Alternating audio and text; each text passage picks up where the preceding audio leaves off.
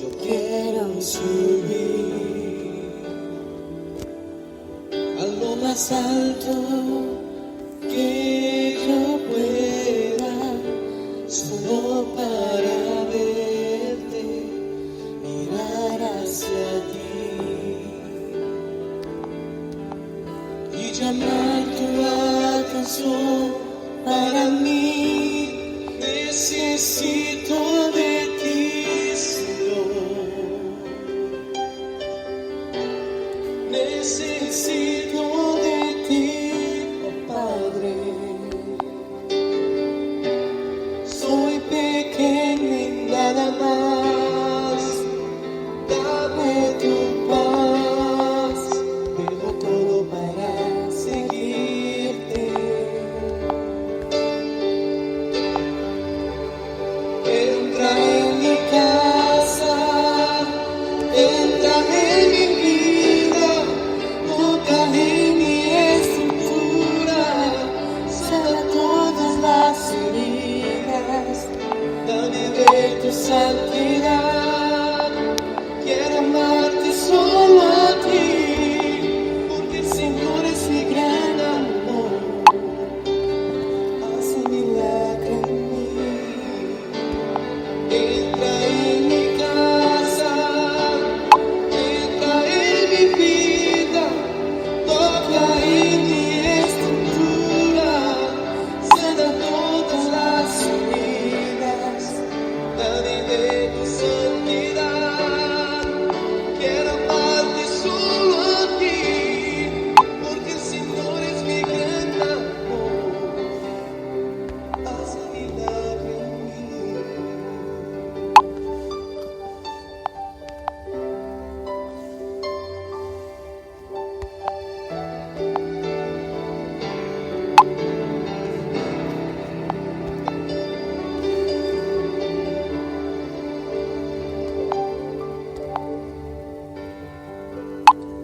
Como Zaqueo, yo quiero subir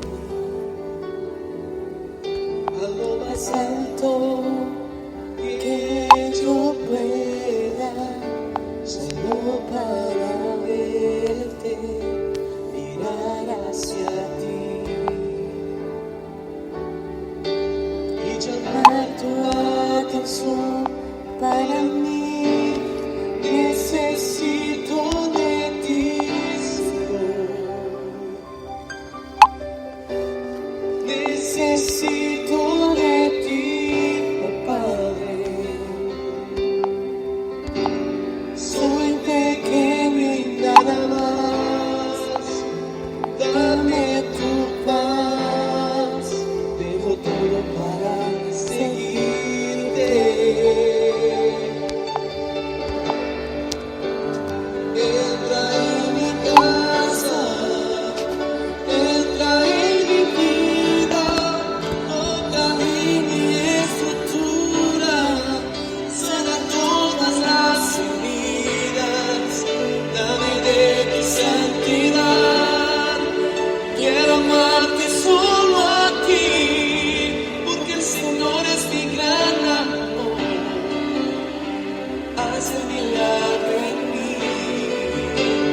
Entra en mi casa, entra en mi vida, toca en mi estructura, sana todas las heridas. Gloria al Señor, bendiciones a todos en esta noche. Damos gracias al Señor. Hermanos, en esta noche les quiero compartir un tema muy hermoso. Y bueno, estamos con el hermano David Daibon. Quiero dejarles con él, deleites en la palabra, bendiciones. Recuerde que nos puede escuchar también en YouTube. Bendiciones.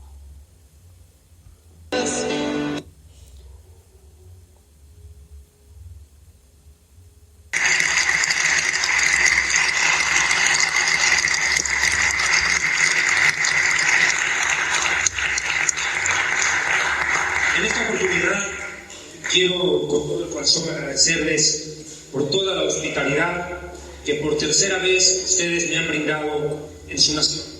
Hemos tenido la oportunidad de visitar Chiapas, visitar Hidalgo, Veracruz y ahora en el Distrito Federal para prácticamente cerrar todo este ciclo de conferencias que se han venido desarrollando acá en México. De verdad estoy muy agradecido con el Eterno y para con ustedes, mexicanas, mexicanos, sinceramente muy agradecido con ustedes. Den un aplauso.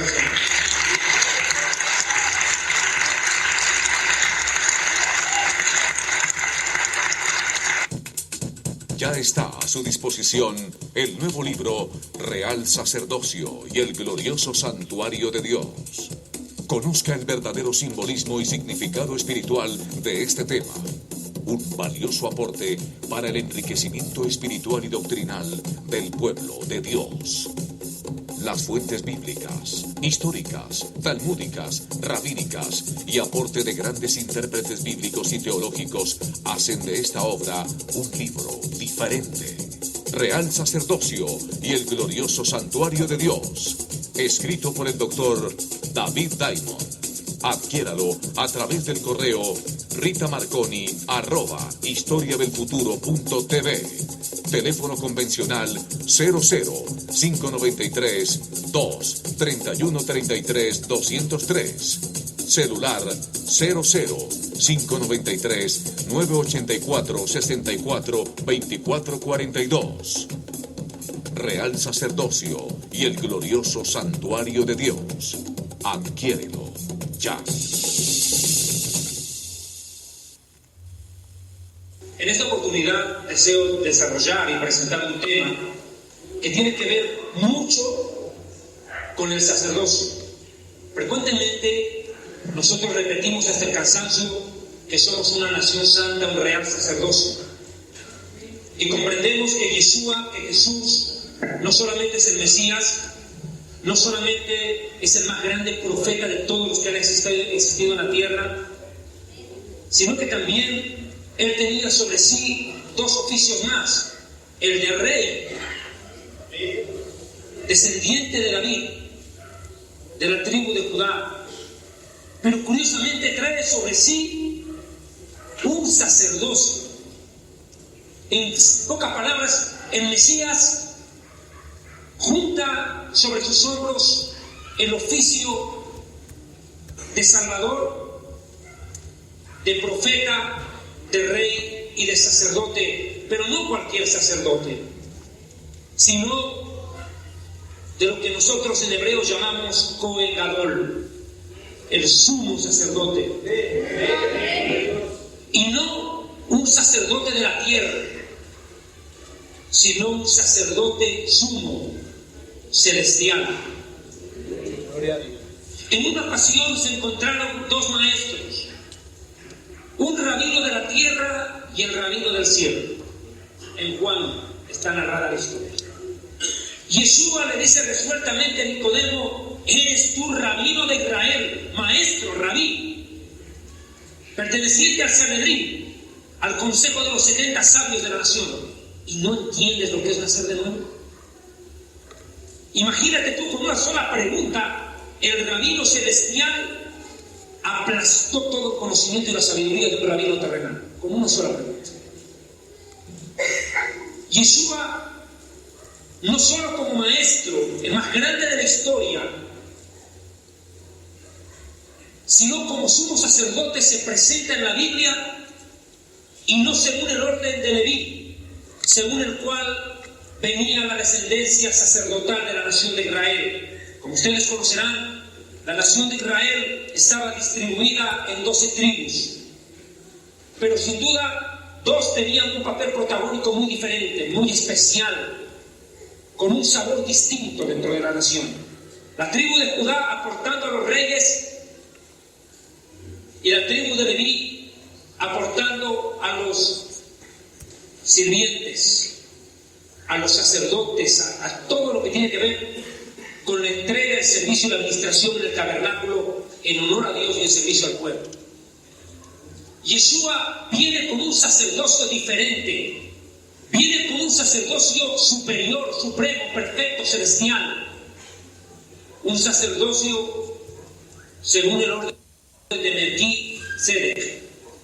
Melquisedec. Aquel famoso rey y sacerdote que se le apareciera a Abraham en la antigüedad, a quien Abraham vino, nuestro padre Abraham inclusive le entregó el macer, el diezmo. Y en cambio recibió del sumo sacerdote Melquisedec dos cosas. ¿Qué cosa le entregó? El pan y el vino. Este sumo sacerdote Melquisedec, aunque no es el centro del mensaje, jugó un papel preponderante, aunque en pocos versículos, pero fue preponderante para la vida del más grande patriarca de la nación de Israel, Abraham. Y según ese orden, esa dinastía sacerdotal, viene Yeshua. Y no solamente que Yeshua, Jesús, es un sumo sacerdote según el orden de Melquisedec, sino que además, dicho sea de paso, instaura un sacerdocio no limitado a la nación de Israel, como era el sacerdocio de la tribu de Leví, que solo servía a Israel dentro del tabernáculo, sino que Yeshua es un sacerdocio multinacional, de toda lengua, pueblo, tribu y nación. Y se forma un sumo sacerdocio, sí, con un Mesías y sumo sacerdote celestial, pero con una iglesia llamada del medio de todas las naciones a ser sacerdotes, ministros del Eterno. Los levitas sirven en el tabernáculo terrenal y en el templo de Jerusalén. La iglesia sirve hoy en la tierra y adoraremos en el cielo. Por eso el sumo sacerdocio de Melquisedec, el de la iglesia, es un sacerdocio que debe ser comprendido a cabalidad. Muchas veces nosotros tenemos la imagen de que el sacerdote es el cura que da la misa. Y nos olvidamos que también somos sacerdotes. Amén. Que ellos son unos impostores y que nosotros somos lavados por el Cordero. Amén. Ellos llevan la sotana. Nosotros tenemos circuncidado el corazón. Ellos cargan una cruz en el pecho. Nosotros llevamos al Mesías en el corazón. Son las diferencias. ¿Sí? Den un aplauso al Señor.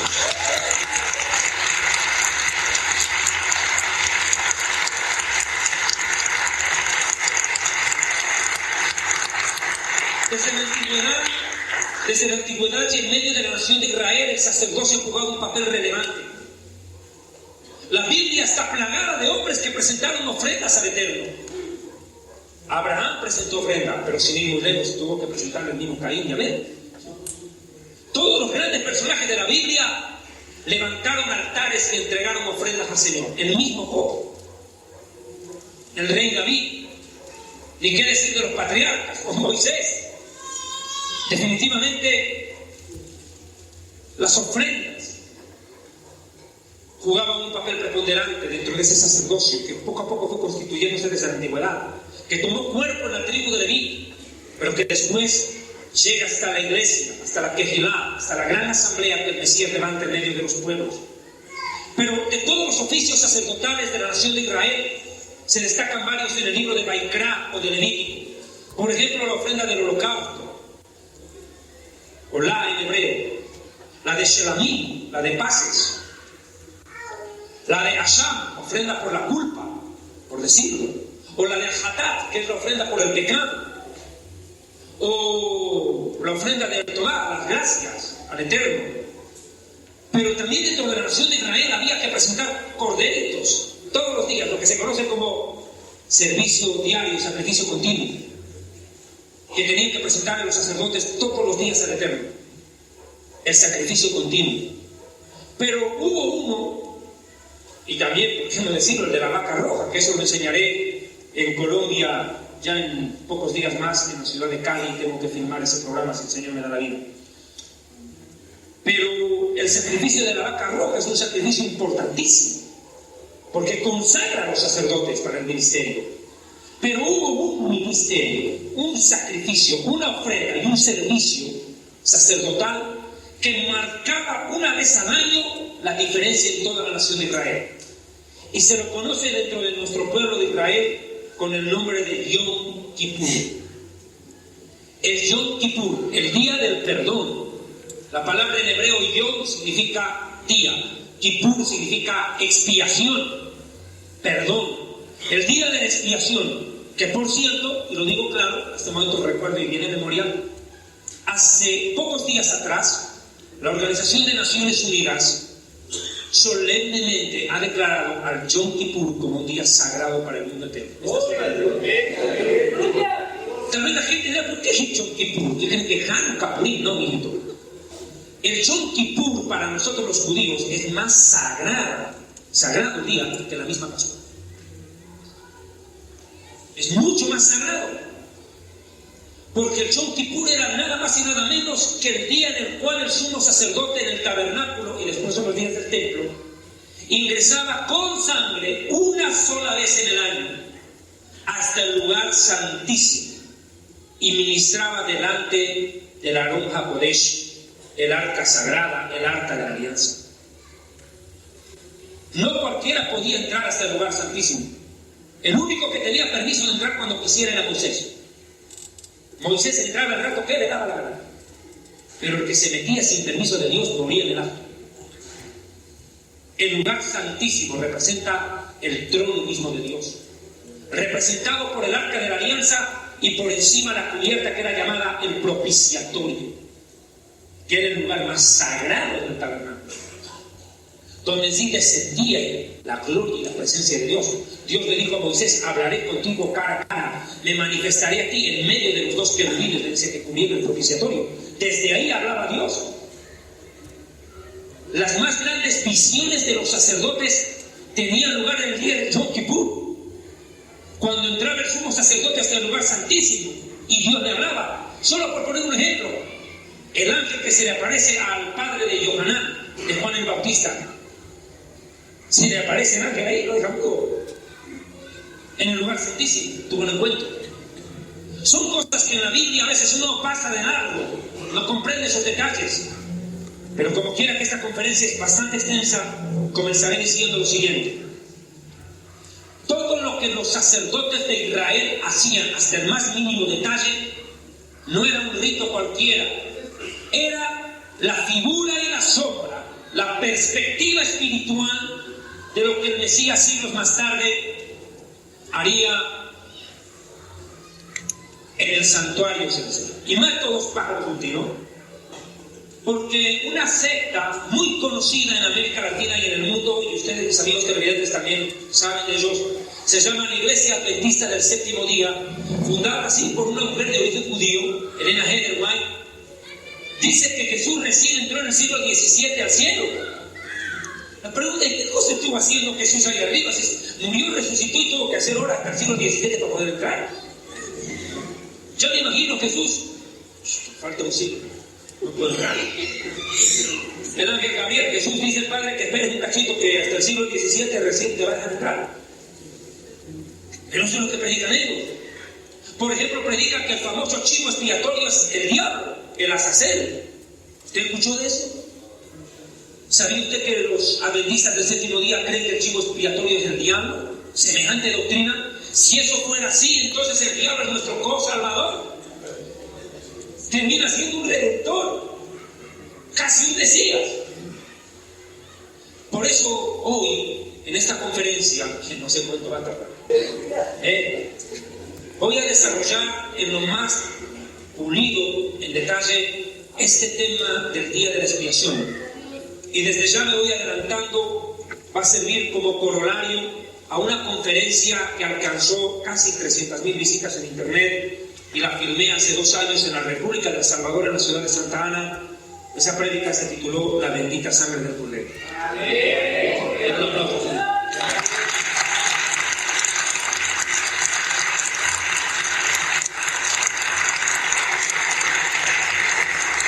Acompáñenme, sin más de más, por favor, a Hebreos capítulo 8, versículo 4. Hebreos capítulo 8, versículo 4. Hoy estudiaremos Levítico y Hebreos, los 2 libros en los cuales vamos a basar más nuestra conferencia. Hebreos capítulo 8, versículo 4. Inclusive desde el 3. Porque todo sumo sacerdote, Cohen Gadol, está constituido para presentar ¿qué cosa? Ofrendas y sacrificios. Por lo cual es necesario también que éste tenga algo que ofrecer. El sacerdote también presentaba ofrenda a favor suyo. Así que, si estuviese sobre la tierra el Mesías en este tiempo, ni siquiera sería ya sacerdote, habiendo según sacerdotes que presentan ofrendas según la Torá, la ley de Moisés, los cuales sirven. Entienda que cuando se escribe el libro de los Hebreos, todavía el templo estaba en ministerio, se estaba sirviendo. El templo de Jerusalén no había sido destruido todavía cuando se escribe Hebreos. Por eso dice, están sirviendo, están presentando, está hablando de tiempo presente continuo. Sirven los sacerdotes a lo que es, escucha qué cosa, dos cosas, figura y sombra de las cosas celestiales, como se le advirtió al mismo Moisés cuando iba a erigir el Mishkan, el ojel, el tabernáculo, diciendo, mirad, haced todas las cosas conforme al modelo que te ha sido mostrado en el monte. O sea, que a Moisés no es que se le ocurrió y dijo, a ver, vamos a hacerle un templo a Dios, a ver, ¿por qué puedo hacer? Pensemos, no. Dios lo llevó al monte Sinaí, y en el monte Sinaí el Eterno le mostró, así como a Pablo, si el cuerpo fuera del cuerpo no lo sabemos, ni el mismo Pablo lo sabe, fue arrebatado al tercer cielo donde vio y oyó cosas inefables que no les daba el hombre expresar. Moisés tuvo que haber ascendido hasta el cielo mismo y ver el original del tabernáculo, con el candelabro de los 7 brazos, la mesa de los panes, el incensario, el altar del incienso, el arca de la alianza. Todo tuvo que haber visto original. Y Dios me dice, mira, cuando bajes a la tierra me vas a hacer una copia, me vas a hacer uno idéntico en la tierra, porque ahí va a ministrar tu hermano Aarón y sus descendientes. Entonces comprenderán, por favor, entonces comprenderán ustedes que entender lo que es el tabernáculo también resulta importante. ¿Qué era el tabernáculo? La casa de Dios en medio de su pueblo. Dios le dijo a Moisés, yo quiero que hagan, le dijo, un santuario para que yo habite en medio de ellos, en medio del desierto. Y lo único que había de material en medio del desierto eran telas, retazos de las telas, de la ropa con la cual los egipcios indemnizaron a los judíos, el oro, la plata, todos los siglos de esclavitud que vivimos nosotros en Egipto, indemnizaron. Dice que cuando vino la muerte de los primogénitos, los egipcios dijeron, ya judíos, váyanse de aquí y llévense esto, lárguense. Y nosotros, como último acto antes de salir de Egipto, en la Pascua, nos comimos a su Dios, al Cordero, porque los egipcios adoraban al Cordero, era un Dios. Por eso Jacob les dice a sus hijos, cuidado, no digan delante de los egipcios que ustedes son pastores, porque los egipcios odian a los pastores, claro, porque los egipcios adoraban al Cordero. Es como si yo voy ahorita a la India y veo pasar una vaca y dame una parrillada de la vaca.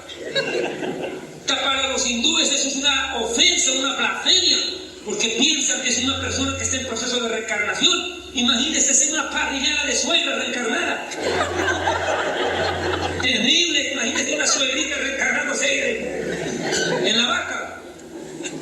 Para ellos sería una ofensa, una agresión. Por eso viene el término vaca sagrada, que no se la puede tocar, porque se entiende que es una persona la cual está en proceso de reencarnación, que prefiere morir de hambre que comerse la vaca, y con lo rica que es. Lo cierto es que lo mismo para los egipcios el cordero era prácticamente una divinidad. Y nosotros matamos cordero y con su sangre en la puerta nos libramos de la muerte, nosotros terminan condenados ellos. Su propio Dios los llevaba a la muerte. Entonces date cuenta todo lo que conllevaba. Entonces el pueblo de Israel sale de Egipto. Los egipcios entregan todo lo que había ahí, entregan a los judíos como indemnización. Y los judíos salen. Y luego Dios ordena que se levante un tabernáculo, un templo portátil hecho con telas, con pieles de animal, forrado, hecho de madera, la estructura, madera acacia, forrada con oro, utensilios, elementos, en fin, todo lo que conlleva al tabernáculo, el lugar donde entrarían luego a ministrar los sacerdotes. Y dice que todo lo que se hacía ahí dentro era una figura y sombra de lo que el Mesías haría por la humanidad en el cielo siglos después.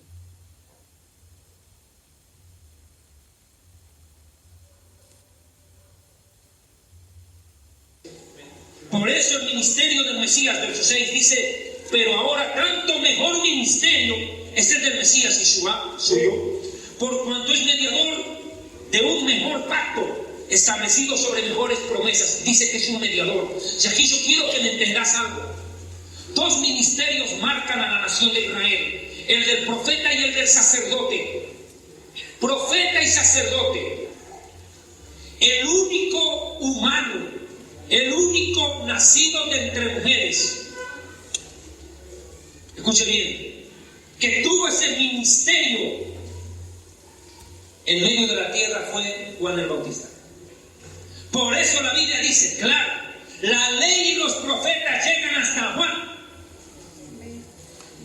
Y con todo, dice Yeshua, no hay entre los nacidos de mujer más grande que él, pero en el cielo es un pequeñito. ¿Por qué? ¿Qué siempre tenía de especial Juan el Bautista? Juan el Bautista, no te olvides tú, era hijo de un sumo sacerdote. Tenía la dinastía sacerdotal sobre sí.